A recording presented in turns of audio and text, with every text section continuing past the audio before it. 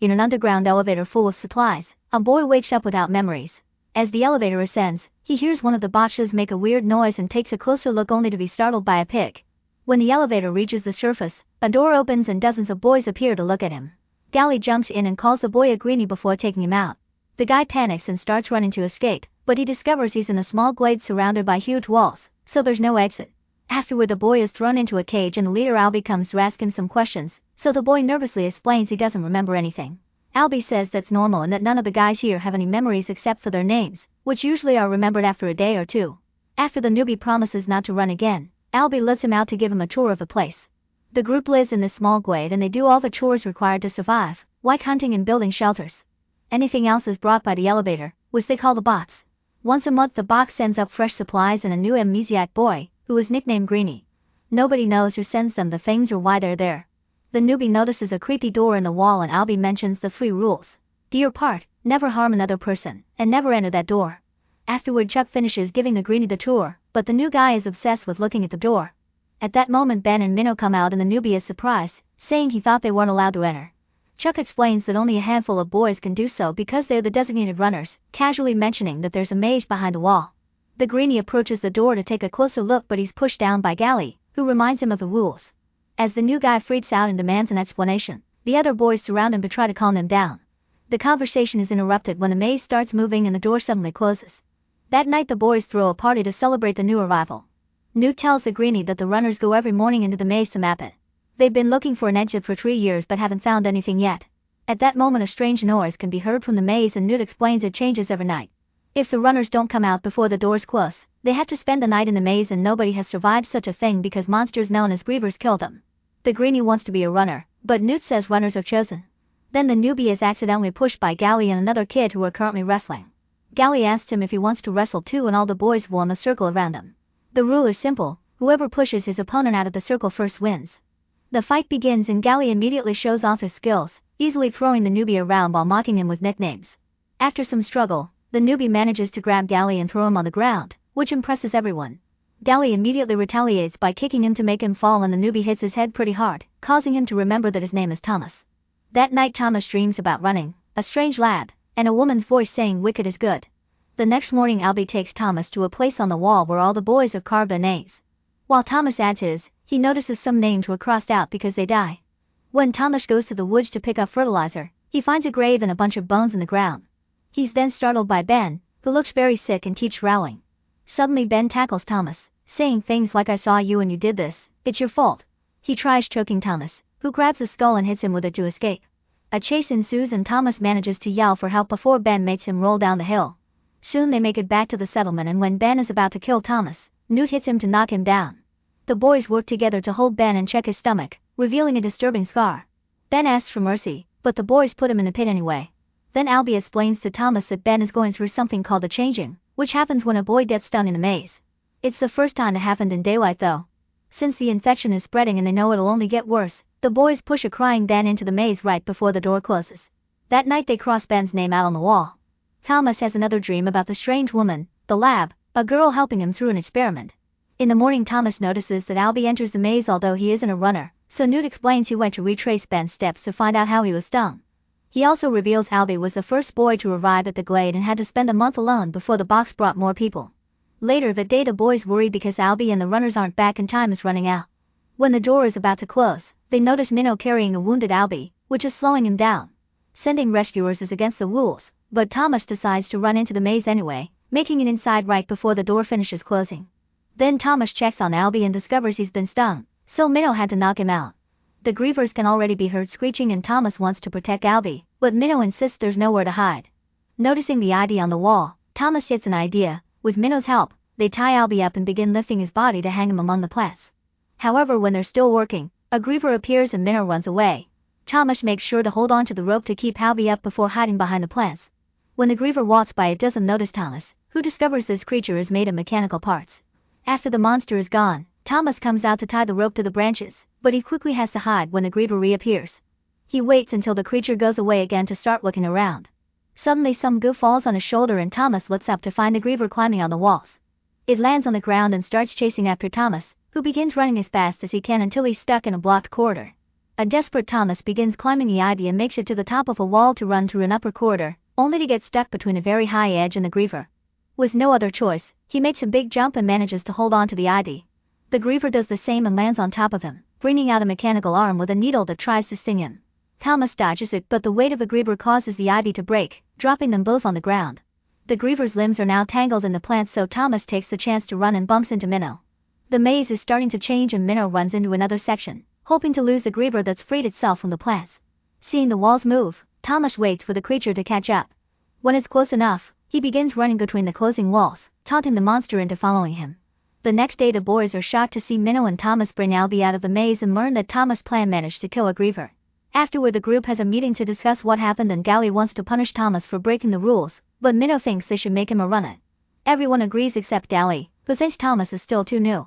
The conversation is interrupted when they hear the box coming up, which shouldn't be happening so early. When they look inside they find no supplies, and to their shock the newbie is an unconscious girl that Thomas recognizes from his dream. Noob finds a note in her hand that says she's the last one ever. Suddenly she wakes up and calls Thomas by name before falling asleep again. After the girl is taken to a hut, Thomas points out that now they know they can survive the maze and he wants to return to look for answers, so Minnow convinces 3 runners to join them. The group rushes inside and finds the dead Griever smashed between walls. When Minnow touches it, the creature moves for a second, but it's just a reflex. Then the team works together to rip the Griever's leg off and find a strange beeping device that they take back to the glade. Later in a hut, they take a closer look at the device and notice the letters WCKD, which are also on their supplies.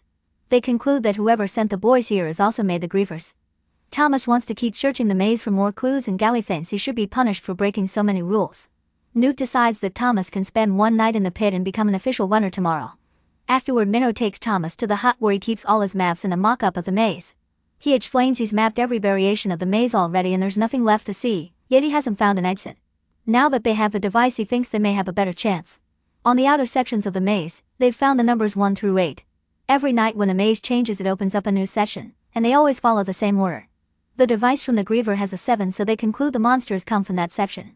At that moment the girl wakes up and hides on top of the watchtower. She keeps throwing things to keep the boys away but she stops when she sees Thomas. He climbs to the top too and finds the girl holding a knife. She doesn't remember anything but knows her name is Teresa. The others told her that she kept whispering Thomas' name in her sleep, but she doesn't know who he is either. Thomas explains the situation and in return Teresa tells him about the only memory she has, which matches his dreams. Teresa also reveals she found 2 vials in her pocket. They have a blue liquid and the same 4 letters, which makes Thomas realize they're short for wicked. Since his dream said that wicked is good, Thomas thinks they should inject Albie with this blue liquid. When he tries to do so, Albie freaks out and repeats you shouldn't be here. The boys hold him down and Teresa gives him the injection, which instantly puts him to sleep. Afterward Gally locks Thomas in the pit for the night. Moments later Chuck secretly brings him some food and shows him a little doll he carved. Chuck can't remember his parents, but he still wishes he could reunite with them and give them the doll. Thomas promises that he'll get everyone out of the glade so Chuck can fulfill his wish. In the morning Minnow and Thomas enter the maze as soon as the door opens. Following Minnow's guidance, they run through the different corridors and cross a few sections until they make it to the 7th, which wasn't supposed to be open for another week. They found Ben's clothes on the ground, meaning a Griever must have dragged him here. At that moment the device starts making a weird noise and Thomas concludes it's showing them the way. The noise gets stronger when they turn in the right direction, and after walking for a while they find an area Minnow never saw before. There's a long bridge above an abyss and a wall at the end, but when they reach the wall the device activates a hidden door. There's a tunnel on the other side covered with Griever goo. Suddenly a light scans the boys and an alarm wails before the tunnel begins closing down. Minnow and Thomas immediately start running, having to dodge the moving walls in Section 7. For a moment they run on opposite sides, so Thomas has to make a quick move to reunite with his friend. When they're about to leave Section 7, the ground suddenly opens up and part of a wall falls. The boys keep on running as fast as they can as the maze continues to change around them, having to dodge all kinds of moving parts. Eventually they have no choice but to crawl between 2 closing walls, getting out right before they could get crushed. Moments later the duo is back on the glade and tells the others they found the exit. However Gally is worried because it could be a trap and an argument ensues, only to be interrupted by Teresa announcing that Albie is awake. When they check on him, Albie announces they can't leave and that he remembers now. He says Thomas was always their favorite and asks why he had to come here. This conversation is also interrupted because the boys have noticed that the maze door hasn't closed. In fact, new doors are opening. Thomas wants to make a plan but there's no time because the Grievers are coming out of the maze. Everyone immediately starts running to hide in the woods, but they can already hear the screams of some boys getting attacked by the monsters. A few guys including Gally hide in the box and close it. When a boy outside asks for help, a griever hears him and captures him too. Thomas, Teresa, and some others hide in the vegetable field, only for a mechanical tail to appear among the plants and capture one of the boys. The group has to keep running to reunite with Albie and more boys while they watch how more and more people are being caught and stung. When a griever tries to block their way, Teresa throws a lamp to set it on fire. Then they keep moving as fast as they can, losing a few more boys along the way. When Albie falls, they stop to help him and Thomas stands in front of the group with a blade to confront the incoming griever. At that moment the hunters surround the beast and shower it with spears, giving the rest of the group the chance to rush into the biggest hut off the door. The griever pounds on the door to no avail, so that it walks on the roof and destroys it to kidnap another boy. Then the tail begins reaching through the walls to catch Chuck, so the others immediately grab their friend to try to save him. When the monster gets the injection ready, Albie runs to break it and hits the mechanical limb until it drops Chuck to leave. Unfortunately, the griever returns a second later and captures Albie, who tells Thomas to get everyone out of the glade before he's taken away. Then the noise stops and the group leaves the hut to discover the only survivors are them and the boys who hid in the box. Gally comes over to punch Thomas, blaming him for everything. Desperate for answers, Thomas injects himself with the griever's sting and passes out. He dreams about the lab again, seeing Teresa, some boys and experiments, and a strange woman who insists Wicked is good. When Thomas wakes up, he's in the pit with Teresa, who saved him with her other vial. Newt, Minnow, and Chuck come to check on them and explain Gally has taken control of the group by convincing them that everything is Thomas' fault. To their shock, Thomas agrees and tells them what he's remembered. When the boys were kids, Wicked experimented on them before sending them to the maze one by one. Thomas and Teresa work for Wicked and watch the whole process. The glade and the maze aren't a prison, they're a test they must pass. The team agrees they must finish what they started. Minutes later, Thomas and Teresa are taken to Gally, who is finishing crossing out names on the wall. Gally wants to throw the duo into the maze, but some of the boys are hesitant and think Thomas may truly know the exit. Thomas uses the distraction to bring down the guards holding him and Minnow keeps Gally still by threatening him with his blade. Then Thomas announces he and his little team are leaving, and everyone is welcome to join them. Gally thinks he's crazy but half of the boys enter the maze with them. After lots of running, the new group makes it to Section 7 and finds a griever guarding the tunnel. The teens rush down the bridge and attack the beast, surrounding it with their spears and blades. They start pushing while dodging the attacks from the tail, which still manages to throw a boy off the bridge. During the struggle, Teresa attacks a mechanical leg and it accidentally hits the device, causing it to fly off. Chuck immediately runs to retrieve it and ends up on the edge of the bridge, where he sees a second grieve climbing up. Thankfully, Teresa pulls Chuck back before he falls. With lots of effort, the boys keep on pushing and eventually manage to throw the griever into the abyss, only for two more grievers to appear on the bridge. While the boys hold them back and lose more people, Teresa and Chuck take the device to the door to open it and reveal the tunnel. The duo runs inside and finds another door that won't open without an 8 code number. Thomas concludes it must be the sequence of the maze sessions, which Minnow starts reciting. Before he can finish, a griever jumps from above and lands on top of him. One of the guys rushes in as a distraction, so the griever catches him instead and Minnow is saved.